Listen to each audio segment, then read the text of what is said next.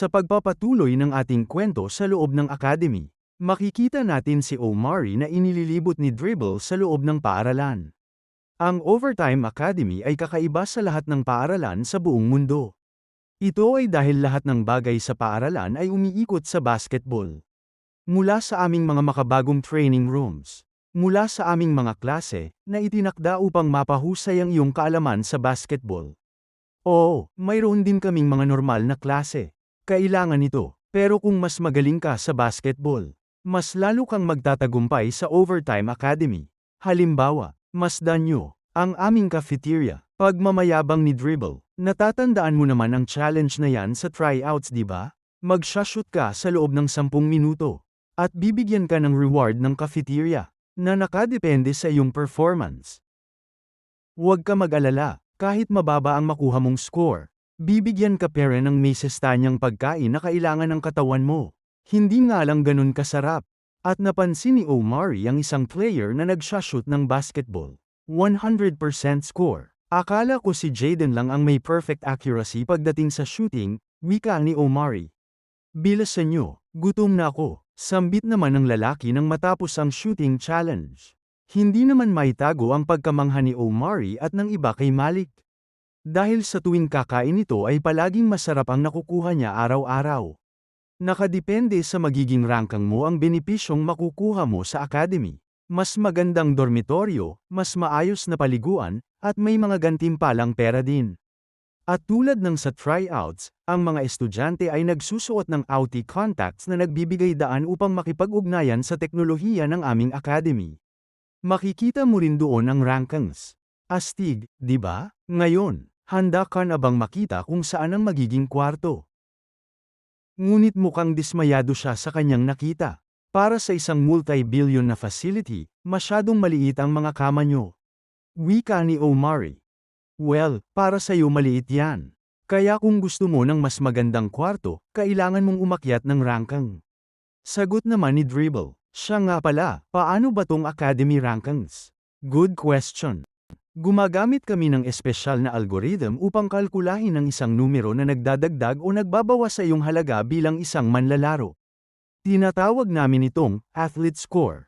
Ang mga puntos na ito ay kinakalkula mula sa iba't ibang batayan, tulad ng performance sa training at klase. Pero ang pinakamahalagang bagay na dapat mong pagtuunan ng pansin ay ang overtime tournament. Ang academy ay nahahati sa iba't ibang sektor, at bawat isa ay binubuo ng 4 na koponan. Bawat linggo, lalahok kayo laban sa ibang koponan sa inyong sektor gamit ang round-robin format. Ang iyong individual at team performance sa laro ang pangunahing batayan sa pagkalkula ng iyong athlete score. At ang mga manunood sa mga laban na ito ay walang iba kundi ang mga pinakamalalaking pangalan sa mundo ng basketball. Gayunpaman, ang tanging sinusubaybayan lang nila ay ang pinakamahuhusay na talento ng academy. So, dun nang gagaling ang mga dagdag na benefits? Tanong ni Omari. Tama. Ang pera ay galing mula sa aming mga sponsors at mga manunood upang ma-invest sa pinakamagagaling na talento ng academy. Pero maglalaro pa rin ako bilang isang team, tama ba?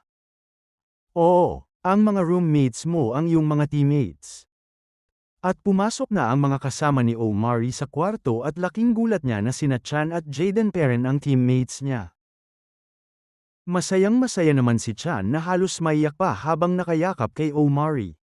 Kara-rating mo lang? Tanong naman ni Jaden. Oo, naipaliwanag na rin sa akin ni Dribble lahat ng kailangan kong malaman. Masaya ako na magkasama ulit tayo sa isang team. Tingin ko nga, talagang may chemistry tayong tatlo sa tryouts wika ni Omari. Muntik nang tayo matalo, kaya hindi ko masasabing chemistry, swerte pwede pa.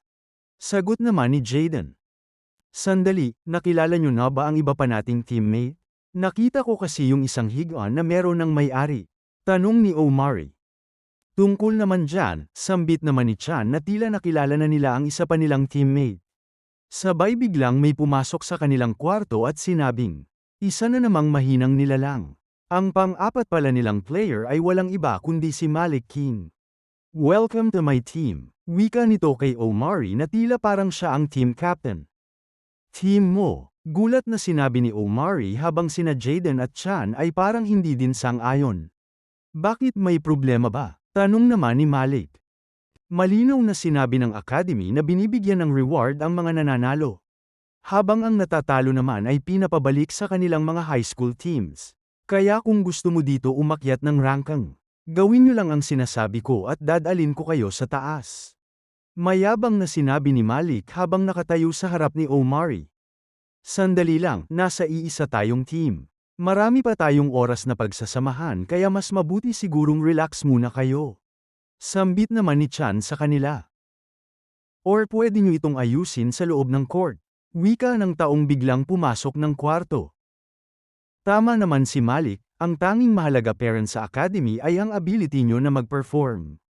Kaya yung mga puro salita lang at hindi kaya sa gawa, ay mas malala pa sa isang basura. Kaya bakit hindi nyo ayusin sa magandang paraan kung sino talaga ang mas mahusay? At bigla na lang nagtawanan silang lahat nang makita kung sino ang nagsasalita. Sino bang nagpapasok sa uhuging bata nato? Wika ni Malik habang tawa ng tawa. Hay naku, dapat inasahan ko na ang magiging reaksyon ng mga isip bata nato, sambit naman ni Coach DP. Pinakilala naman ni Dribble ang bata sa kanilang harapan. Siya si DP, ang pinakabatang basketball coach sa Pro Leagues. Hindi naman makapaniwala si Jaden sa kanyang narinig. Tung bata nato, coach sa Pro League? Wait, nakasubaybay ako sa Pro Leagues pero wala pa ako nabalitaan na batang nagko-coach ng isang team. Dagdag pa ni Omari. Well, alam namin na magiging masama ang reaksyon ng publiko kung isang tao sa edad ko ang magko-coach ng isang koponan. Kaya may mga countermeasure kami para di yun mangyari. Sabihin na lang natin na, gumamit kami ng iba't ibang paraan para makipag-ugnayan sa team ko. Nawiwirduhan naman ang tatlo habang nai-imagine ang mga sinasabi ni DP. Tumigil nga kayo, sigaw ni Dribble. Alam nyo bang walang coach sa Pro League ang kayang gawin ang mga nagagawa niya? Pwes, walang paraan para tawagin kong coach ang isang batang tulad mo, hanggat hindi mo sakin pinapakita ang mga kaya mong gawin. Seryoso namang sagot ni Malik. Gustuhin ko man kaso, simula na ng training nyo. Wika ni DP. Ang team natin ay YNG Dreamers. Pero ang magagandang kakampi ay kailangang kilalanin ng isa't isa, mula loob hanggang labas. Magsisimula tayo sa isang classic na 2v2 match para makita kung anong kaya nyo. Omari and Chan, nakita ko ang chemistry nyo sa 3rd and 4th round ng tryouts kaya, it makes sense kung kayong dalawa ang magkakampi ngayon. At kayong dalawa naman, sabay pinutol naman ni Malik ang sinasabi ni DP. Mas mabuting simulan na daw ang laro para matapos na kaagad. At ikaw naman bata, hindi ba't papatunayan mo pa ang sarili mo? Wika pa nito kay DP. Maglaro ka, at malalaman mo kung bakit ako ang coach. Sagot naman ni DP kay Malik. Ito ang pagkakataon para makita ko kung ano ang kaya ninyong gawin gamit ang mga pangit na stats ninyo. Pero bakit hindi natin gawin mas interesante ang laro? Ang player na pinakamaraming may score ay ang magiging team captain sa una nating laban. Hindi ba't pinagbobotohan dapat kung sino ang magiging captain? Tanong ni Chan. Normally oo, pero hindi ba't gusto nyong i-settle kung sinong pinakamagaling? Gaya ng sinabi ko, ayusin nyo ang problema nyo dito sa loob ng court. Kung gusto nyong maging captain, then umiscore kayo. Paliwanag ni DP. Nakakatakot naman yang batang yan, Omari. Tumigil kang Chan, isa lang siyang 8-year-old na bata. Ganun lang ba kadali para maging team captain? Kumpiyansang sagot naman ni Malik. Oo, unang team na maka-score ng 20 points, sila ang panalo. Dribble, paki-activate nga ang augmented reality system. Okay DP, masusunod. At sa pag-activate ni Dribble sa system ay makikita ng bawat isa ang stats ng bawat player. Wait sandali, bakit sobrang tataas ng stats ni Malik? Gulat na tanong ni Omari sa kanyang sarili. Halos hindi ko may kumpara ang stats ko sa kanya. Kailangan ko ba talagang makaharap ang katulad nito? Sorry, sa stats mong yan, ni hindi mo magagawang maka-score sa akin miski isa. Wika naman ni Malik. Walang kwenta ang mga stats na yan. Mga numero lang yan. Hindi ako papayag na uutus-utusan lang ako ng kagaya niya. Sagot ni Omari. Okay, simulan na natin ang laro. Ang mananalo ay may reward na 10 athlete points. At ang top scorer ay ang magiging team captain ng YNG Dreamers. At sa simula ng laro, panalo si Malik sa jump ball laban kay Omari. Nagawa nitong matapik ang bola diretso kay Jaden. Magandang depensa naman kaagad ang pinakita ni Chan at hindi nabigyan ng open shot si Jaden. Ngunit laking gulat nila, nang si Malik ang nag-block sa sarili niyang kakampi. Anong ginagawa mo? Magkakampi tayo. Galit namang sigaw ni Jaden.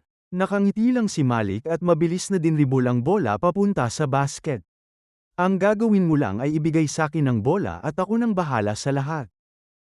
Sagot ni Malik, sobrang yabang mo naman para agawin ang bola sa sarili mong kakampi, wika ni Omari na humabol ng depensa kay Malik. Ano bang pakialam mo? Ang bagal niyang mag-shoot, sagot naman ito kay Omari. At biglang nag-fade away si Malik dahilan para hindi na makadepensa pa si Omari.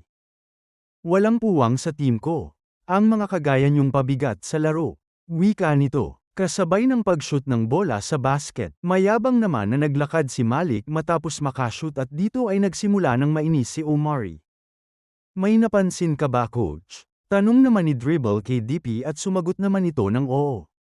Patuloy ang laro at makikita natin na lamang sa lahat ng bagay si Malik pagdating sa skills at tila ito'y nasa high level.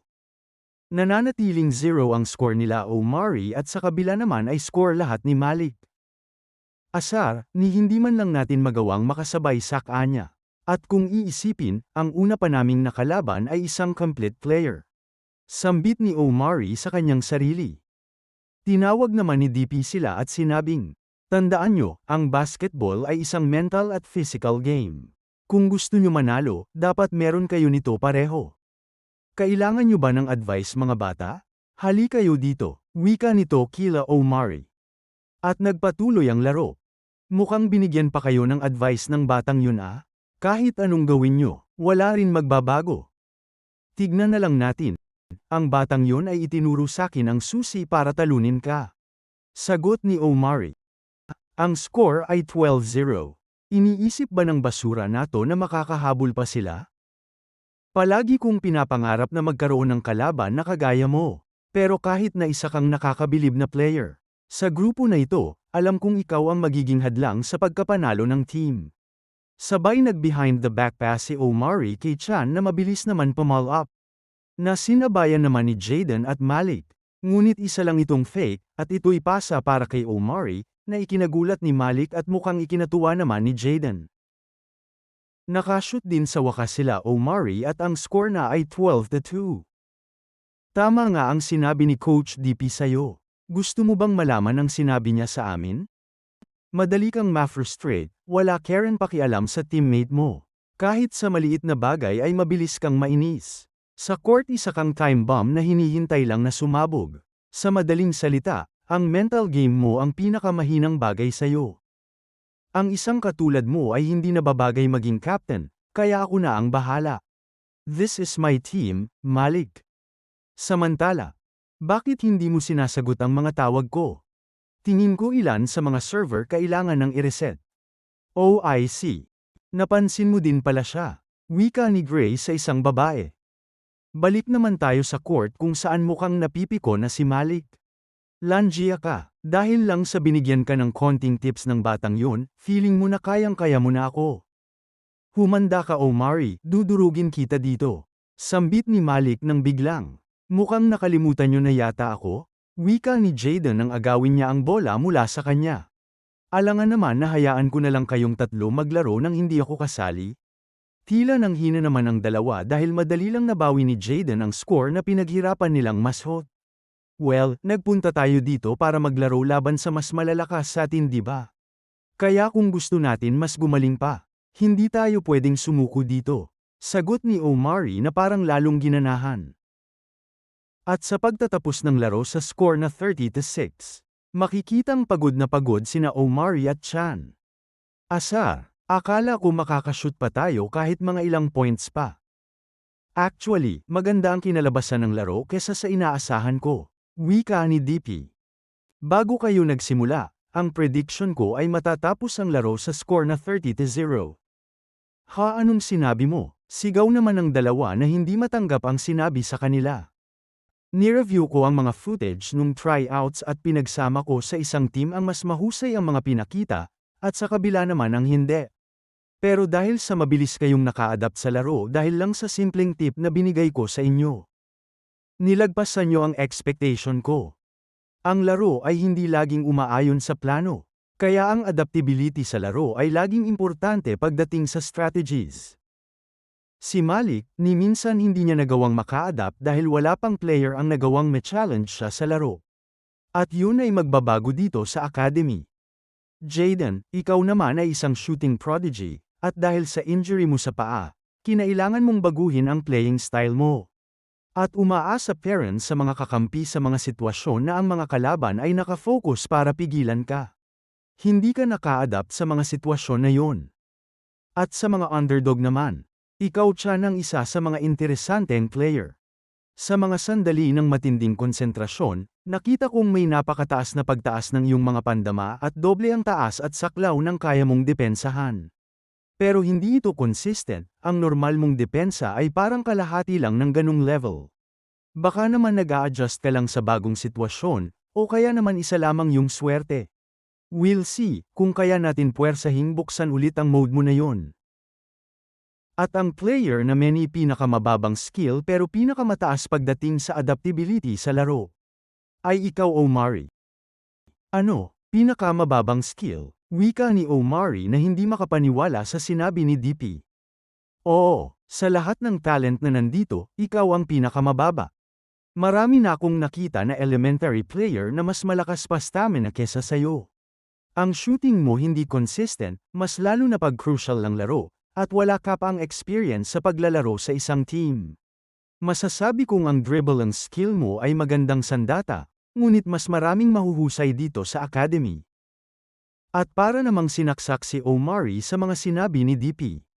Pero sa lahat ng nakita ko ngayon taon sa tryouts, ikaw Omari ang pinakamataas ang growth potential.